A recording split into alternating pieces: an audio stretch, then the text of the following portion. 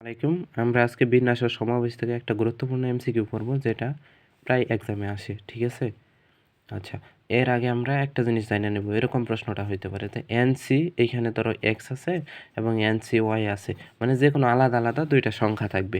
ঠিক আছে? তখন আমরা একটা জিনিস এখান থেকে বলতে পারবো যে এক্স এবং ওয়াই এই দুইটার যোগফল অবশ্যই কার সমান হবে? এন এর সমান হবে। এই জিনিসটা যদি আমাদের মাথায় থাকে তাহলে যে কোনো ধরনের ম্যাথ পারবো। যেমন তোমার পরীক্ষায় এরকম আসতে পারে যে এনসি 5 ইকুয়াল টু এনসি 3। ঠিক আছে? এখন তোমারে বললো যে এন ইকুয়াল টু কত, তখন তুমি কি করবা? এই 5 আর 3 যোগ করে 8, এটা একটা রেজাল্ট হইতে পারে।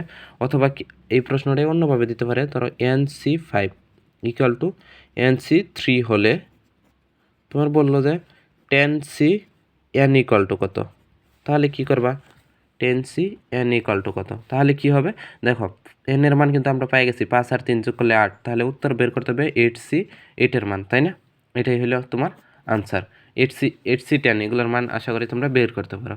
এটা একটা কনসেপ্ট। আরেকটা কনসেপ্ট কি, তুমি মনে করো সবসময় মনে রাখবা যে NCR ইকুয়াল টু কী হবে?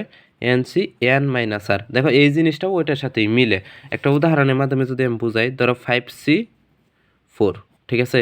এটা কার সমান হবে? 5C1 এর সমান। মানে কি 5C, দেখো 5 মাইনাস 4 মানে 1 না? আচ্ছা, এখন আবার দেখো 4 আর 1 যোগ করলে কত? 5, মানে ওই কনসেপ্টের সাথেই মিলে।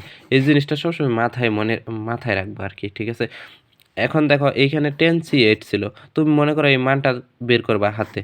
হাতে বের করতে চাইলে অনেক সময় লাগবে, তাই না? যে তুমি বের করতেছো, কিভাবে বের করতেছো? 1 থেকে কত পর্যন্ত গুণ করবা?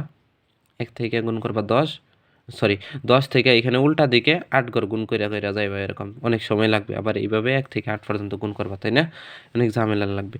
10C8 এর মান যে কথা, 10C2 এর মান এক কথা। এভাবে আমরা সহজে বের করে ফেলতে পারি। 10C2 মানে 2 ঘর পিছনের দিকে, আর এখানে কি 2 ঘর সামনের দিকে। এটা কাটাও কত? 45। ঠিক আছে? এভাবে আমরা বের করতে পারি। ঠিক আছে? আশা করি তোমরা বুঝতে পারছো।